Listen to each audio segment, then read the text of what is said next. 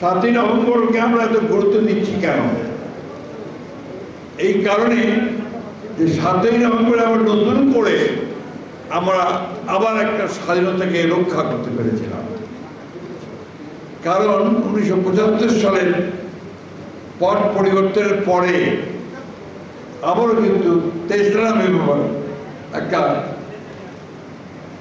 উদ্যোগ ছিল আপনার যে তৎকালীন সরকারকে ওটি দিয়ে আবার একটা ভারতের আধিপত্যবাদকে প্রতিষ্ঠিত করে একটি সরকার গঠন করা। 7ই নভেম্বরে সিপাহী জনতা তাদের বিপ্লবের মধ্য দিয়ে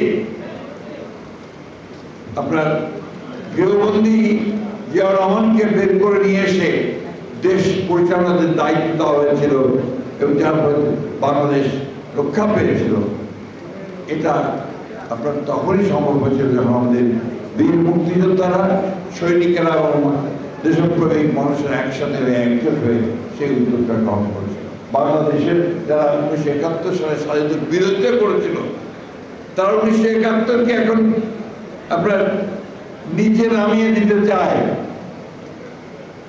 তারা শুধুমাত্র 24শে জুলাইয়ের যে আন্দোলন তাকে বড় করে দেখাতে চায়।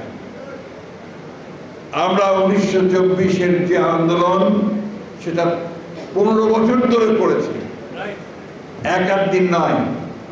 আমরা দেশে গণতন্ত্র প্রতিষ্ঠার জন্য, ফ্যাসিস্ট শক্তিকে পরাজিত করবার জন্যে, হাসিনাকে উৎখাত করার জন্যে আমরা কিন্তু 15 বছর সংগ্রাম করেছি। আমাদের মুক্তিযোদ্ধারা সংগ্রাম করেছে।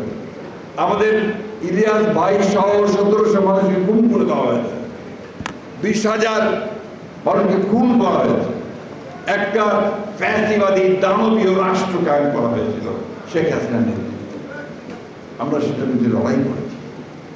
আজকে এখানে বিভক্তি আমরা আনতে চাই না, কিন্তু অত্যন্ত পরিকল্পিতভাবে কিছু কিছু শক্তি, কিছু কিছু মানুষ এখানে বিভক্তি আনতে চায়। 1971 সালকে যারা ভুলিয়ে দিতে চায় তাদের লক্ষ্য একটাই, তারা 1971কে অস্বীকার করতে চায় এবং আমরা যে বাংলাদেশে একটা স্বাধীন সার্বভৌম রাষ্ট্র হয়েছি লড়াই করে যুদ্ধের মধ্য দিয়ে, আমাদের নেতা শহীদ প্রেসিডেন্ট জিয়াউর রহমানের প্রশ্নের মধ্য দিয়ে, সেটাকে তারা অস্বীকার করতে চায়। আমরা এই ব্যাপারে খুব পরিষ্কার করে বলতে চাই, 1971 সালকে ভুলিয়ে দেওয়ার কোনো অবকাশ নেই, কারণ ওটাই হচ্ছে আমাদের জন্মের ঠিকানা। এই দেশে, এই ভূখণ্ড একটা স্বাধীন দেশ হিসাবে মর্যাদা পেয়েছে।